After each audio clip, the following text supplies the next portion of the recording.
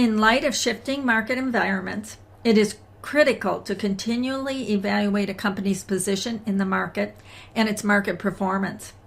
This often means using quantitative models and organizational processes that will optimize the process of matching external needs with internal capabilities. Furthermore, the marketing methods that are used for performance assessment evolve with time. Marketing implementation and control go hand in hand in determining the success or failure of marketing strategy and ultimately the entire organization. This lecture will begin with discussion on importance of estimating market demand and market potential, as well as reviewing major approaches on sales forecasting. Marketing implementation strategies will be analyzed, and forms of formal and informal marketing controls will be brought to your attention. In conclusion, the role of marketing ethics as an integral part of overall business strategy will be explored, and some guidelines on approaching ethical aspects of the situation will be presented. Before starting the discussion of issues related to implementation of marketing plans, strategies, and programs, let us first review approaches to market demand assessing and sales forecasting. Many new and revamped products and services do fail because the demand was not estimated correctly. Estimating demand early can help minimize business risk and position the product offering for success. Most companies, however, don't know how to do that. And even large consumer product firms with a long history of demand forecasting can be fooled if they put too much trust in old methods. Without a rigorous demand science, companies tend to rely on instinct, analogies from nearby categories, weak market research, or extrapolation from the past. These tactics can be fatal. This slide demonstrates how complex the demand measurement can be. The diagram shows that there are variables on at least 3 levels: product, space, and time, which contribute into the total demand assessment. In general case, a total of 90 measurements should be taken to cover the full assessment matrix. A business must show the customers will choose its offering with predictable frequency before it can book revenue. Its CEO can make claims to Wall Street, or an institution will invest in it. Well, this may sound patently obvious. Customers' choice can seem mysterious and whimsical.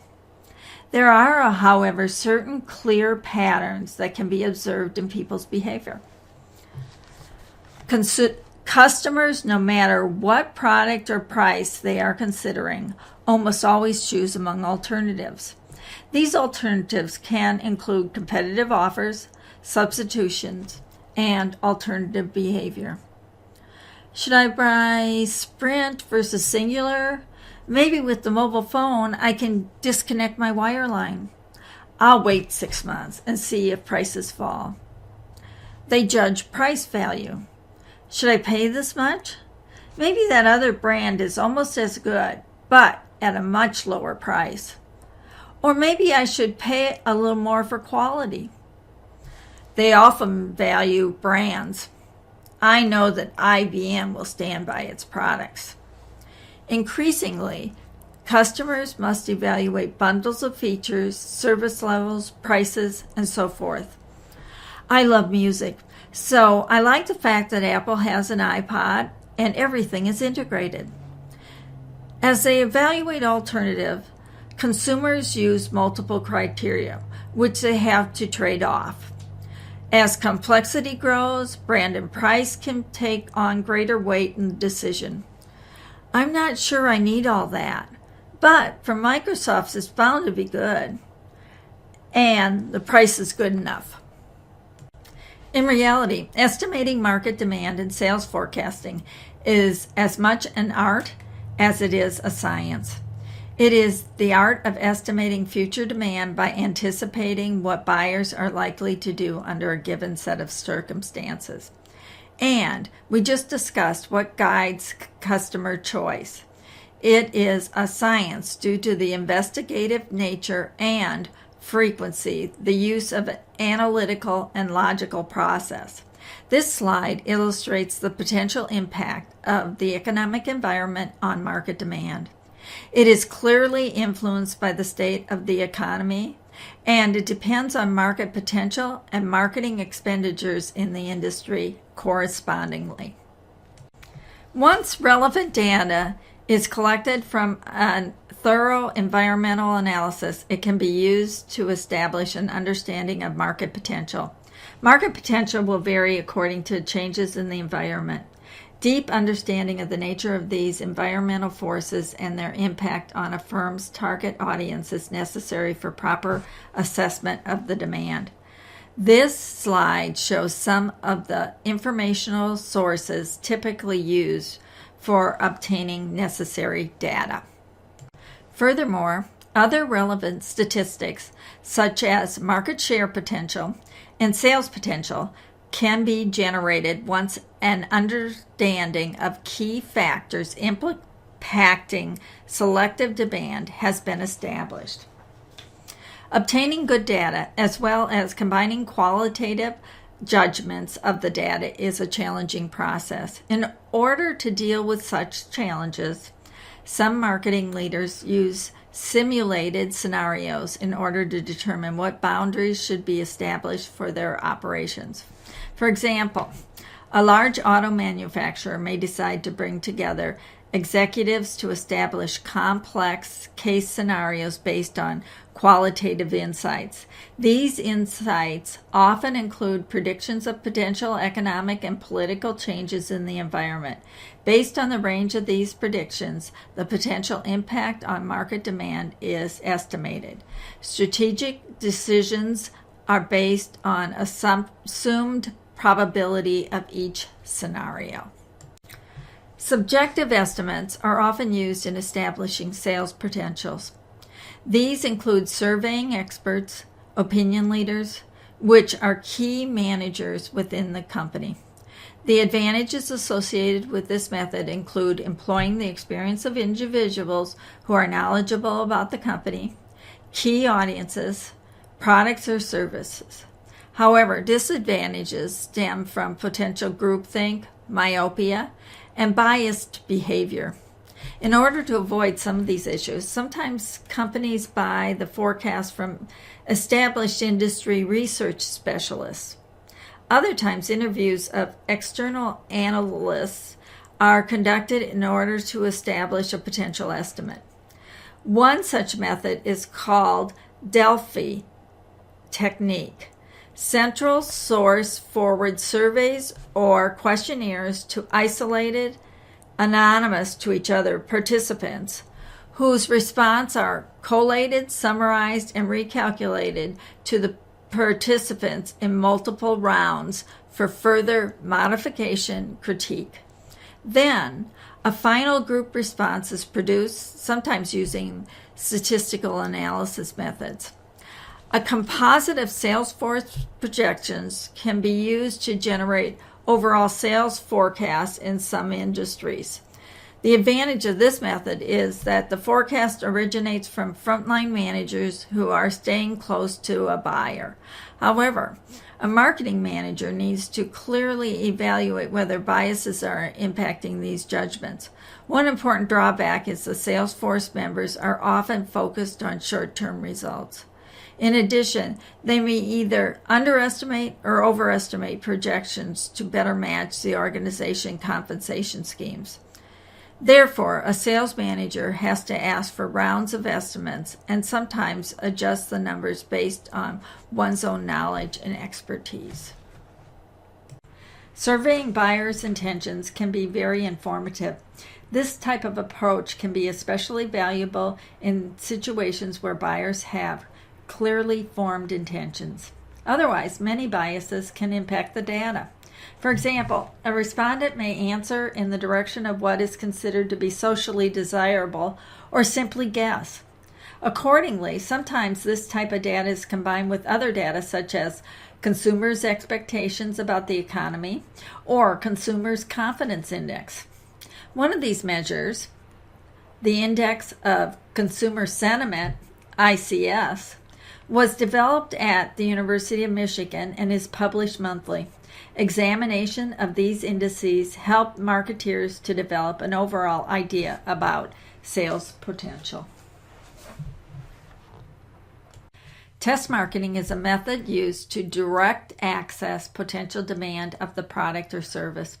A product or service and the marketing program are introduced into reasonably realistic marketing settings. There are various approaches used in test marketing.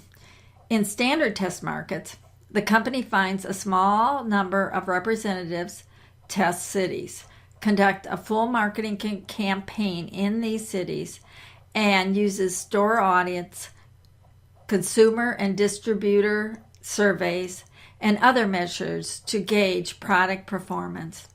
Drawbacks include costs and length of time to conduct the test. This is most widely used method of test marketing. In controlled markets, a research firm uses controlled panels of stores that have agreed to carry new products for a fee. This approach usually costs less than the one based on standard test markets and take less time.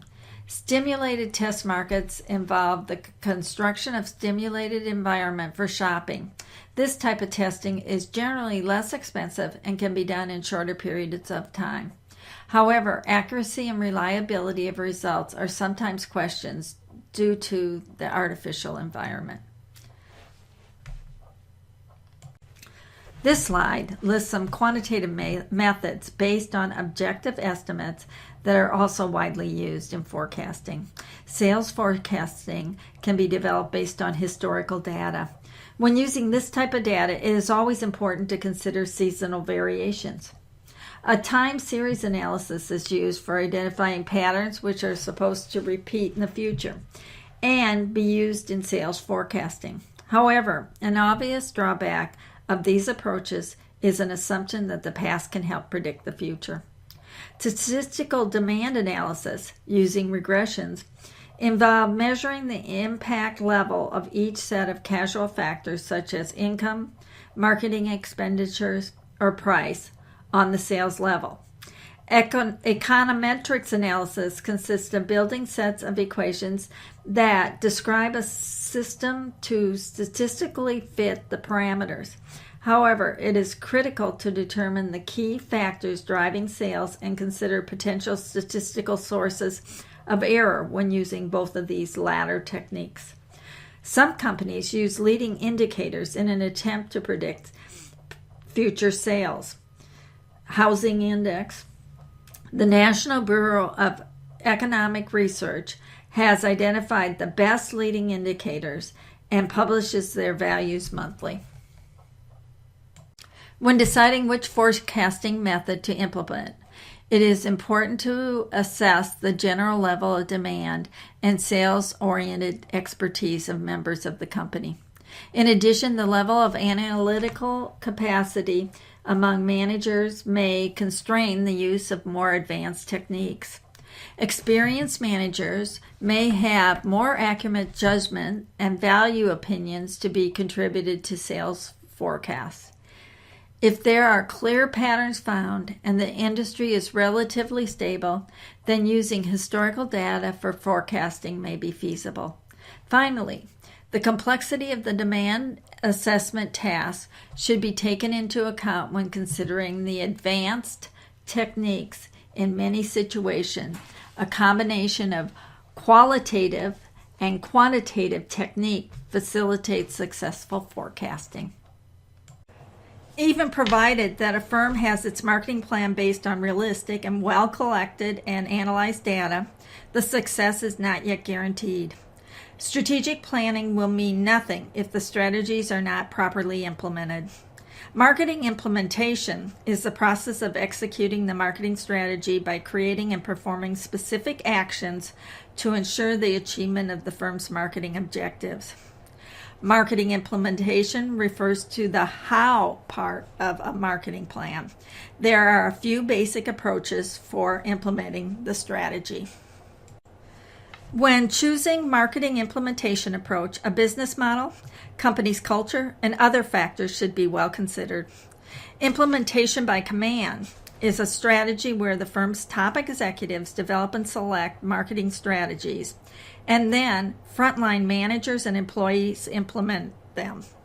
This approach makes decision-making process much easier, reduces uncertainty, and gives straight directions on what has to be done to implement the marketing strategy. However, it also divides the firm into strategists and implementers and does not consider how strategy and implementation affect each other. This approach is implemented by many franchises. Implementation through change occurs when executives focus explicitly on implementation by modifying the firm in ways that will ensure successful implementation. For example, the firm's structure, operation, employment. The major advantage of this approach is that it achieves a good balance between command and consensus. However, it can take a great deal of time to design and implement the program. This approach works for companies which have to invest a lot to get a new product. Example, pharmaceutical industry. Implementation through consensus means the managers of different levels and function areas work together on development and implementation of marketing strategy. This approach works best in complex, uncertain, and highly unstable environments. It requires ongoing open communication within the firm, something that may be difficult to achieve. Implementation as organizational culture occurs if marketing strategies and its implementations become extensions of the firm's mission, vision, and organizational culture. Such approach completely dissolves the barrier between strategists and implementers and make implementation much easier to accomplish. But it requires a strong corporate culture, something that does not happen overnight. There are countless stories of marketing ideas that fail due to poor execution.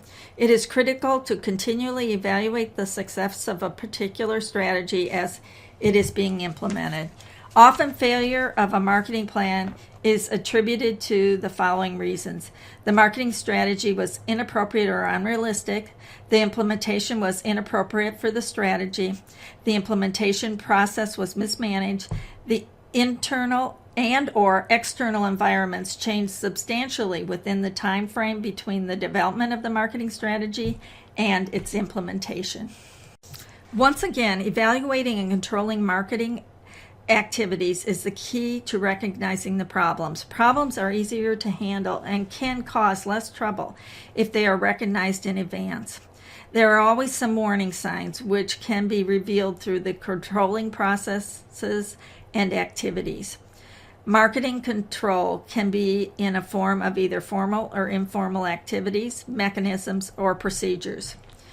Initiated by management, formal marketing controls are designed by the firm to help ensure the successful implementation of the marketing strategies. These may include input controls, actions taken prior to the implementation of the marketing strategy. Process control include activities that occur during implementation designed to influence the behavior of employees so they will support the strategy and its objectives.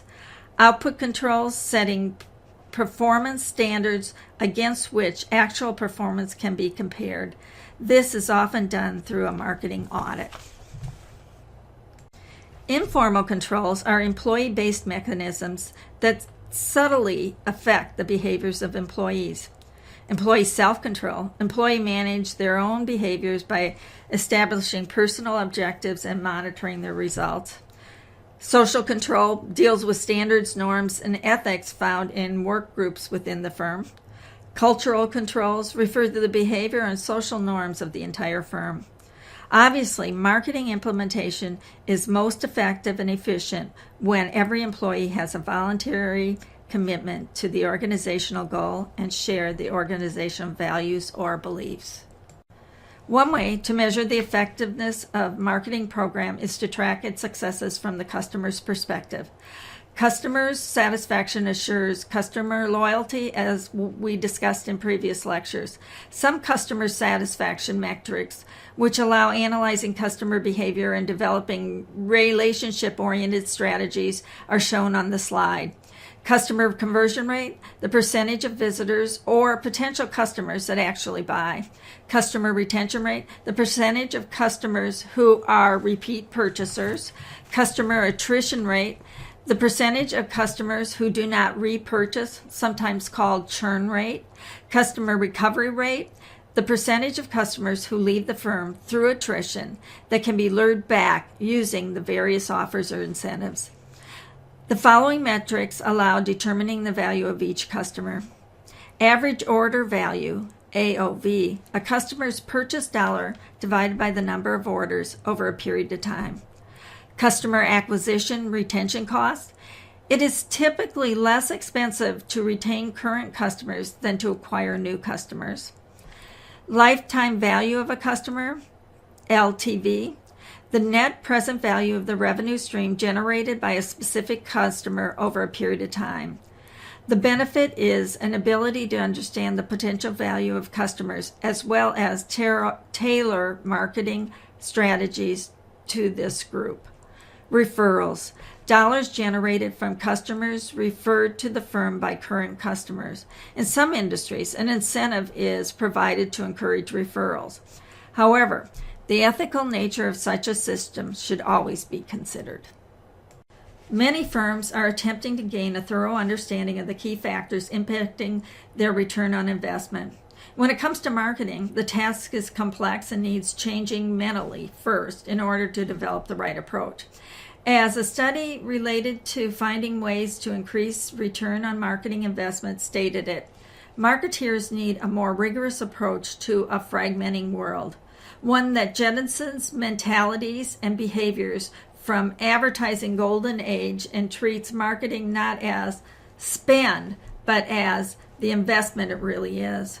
Furthermore, based on the study of performance data on more than 500 marketing programs for customer and B2B products and services, cornucopious marketing suggests the following about marketing return on investment.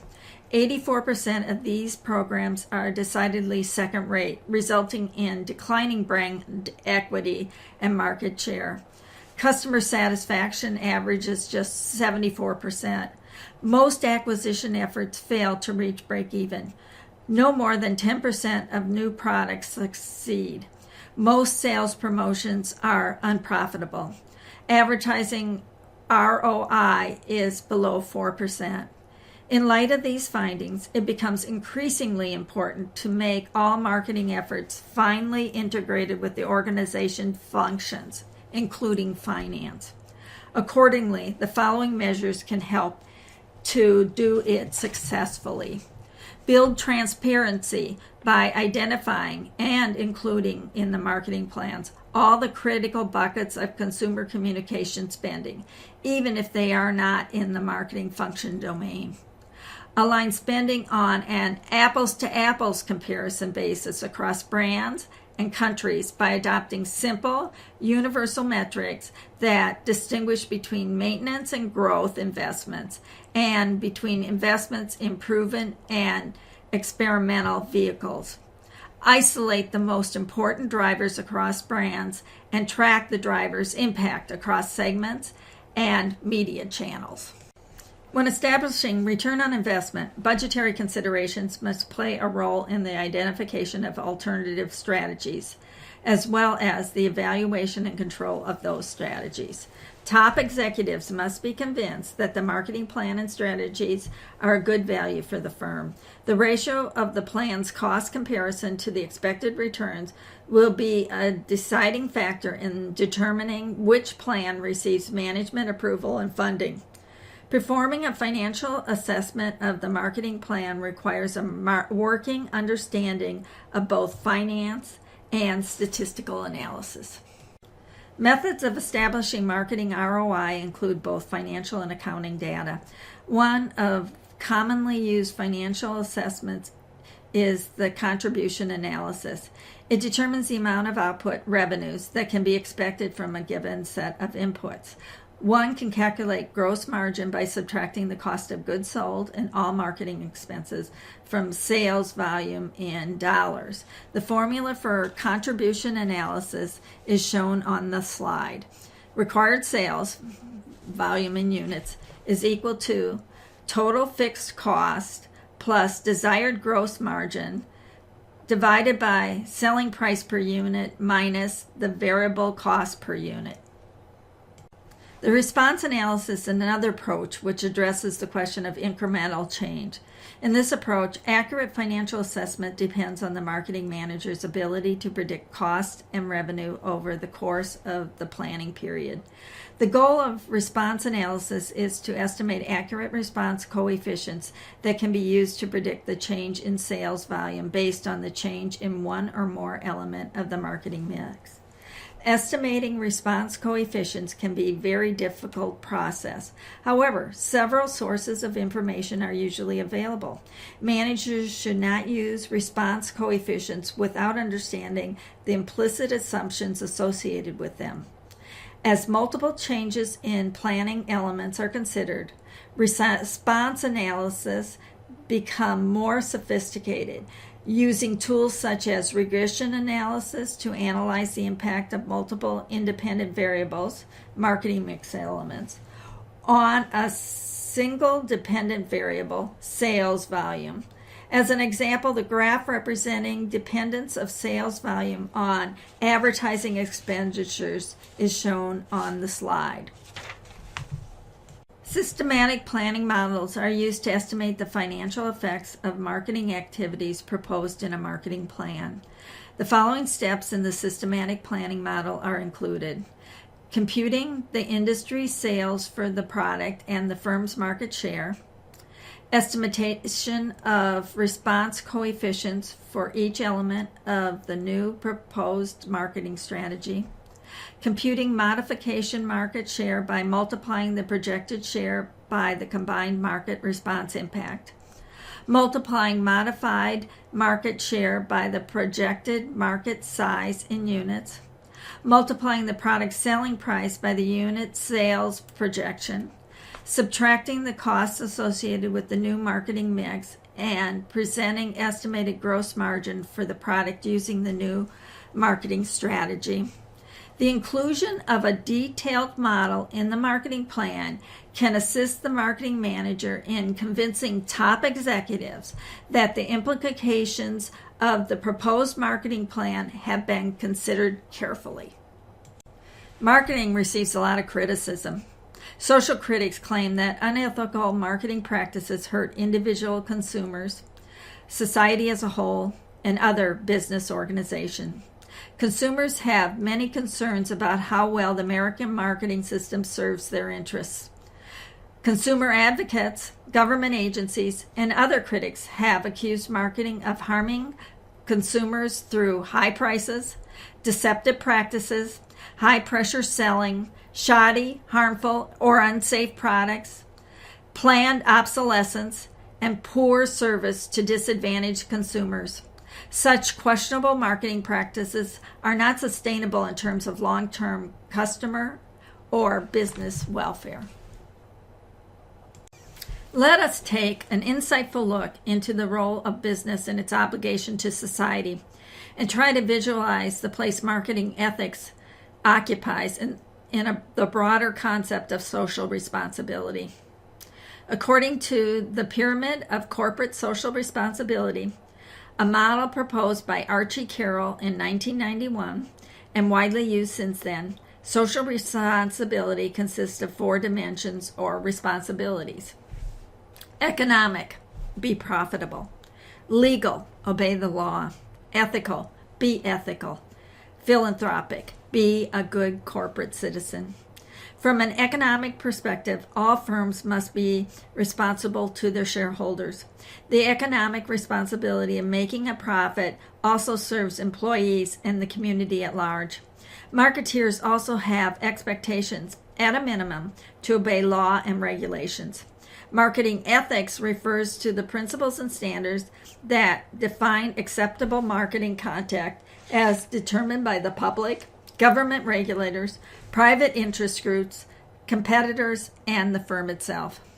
Philanthropic activities involve extra steps to increase the firm's overall positive impact on society, their local communities, and the environment, with the bottom line of increased goodwill toward the firm, as well as increased profits. Though it may seem cynical, philanthropic activities make very good marketing tools.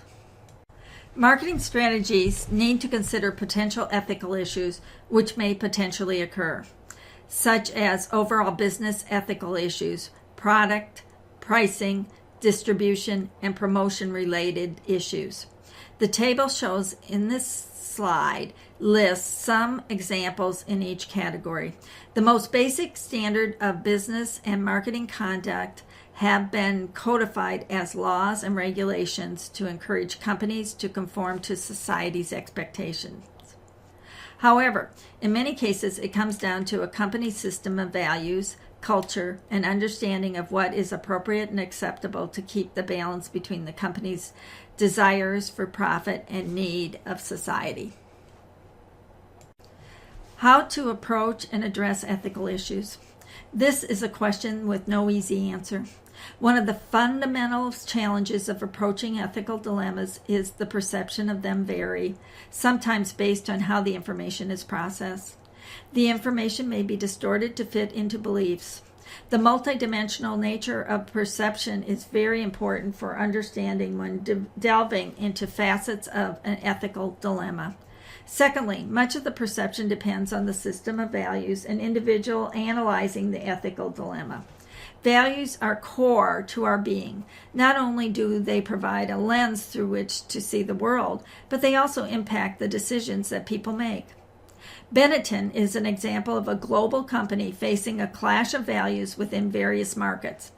Their advertisement rarely mentioned the company, its products, or other relevant information for prospective buyers. Instead, Benetton publicizes issues such as world peace, racial harmony, child labor, the impact of natural disasters, human rights, and prevention of the spread of AIDS. The use of shocking or jarring visuals puts a spotlight on common problems around the world, while simultaneously communicating Benetton's values and its consumers' concerns. The controversy created by these ads, including being banned in some countries, have worked to focus attention on both the company and the causes they support. Often, a philosophical perspective may help approaching ethical dilemmas. Does the decision respect the canons of justice or fairness to all parties? Does the decision respect the rights of the individual? Does the decision optimize the common good or benefit of all constituencies? If the answer to these questions is positive, then the decision is more likely to be an ethical one. However, as the perspective of ethical dilemmas, it is clear that making ethical decisions will be impacted by how one processes the information while addressing these questions. In a competitive and complex global environment, it is critical for marketeers to be aware of all potential ethical issues which may occur in a home country as well as globally. When analyzing an ethical dilemma, it is of utmost importance to consider all groups of the firm's stakeholders. In addition, adoption of a proactive strategy has been shown to be strategically beneficial for companies. For example, after a tampering incident, Tylenol gained significant credibility as well as had an impact on the industry standards. The corporation's proactive management of the situation has become a classic example on how to do things when an accident happens. In order to institutionalize ethical standards, some companies create specialized policies such as code of ethics or establish ethics impact statements. It is proven that companies with strong ethical, solid cultures perform better in the long run. They enjoy respected brands, benefit from great reputations among peers and stakeholders, and have loyal employees and customers. Business decisions involve complex and detailed discussions in which correctness may not be explicit or clear-cut. Individuals who have limited business experiences often find themselves forced to make sudden decisions concerning marketing gray areas we have already mentioned. Accidents requiring quick and ethical response also add complexity in approaching such situations. Developing codes of conduct, codes of ethics, policy statements on ethics, guidelines on proper conduct help to address a variety of situations and online course of action.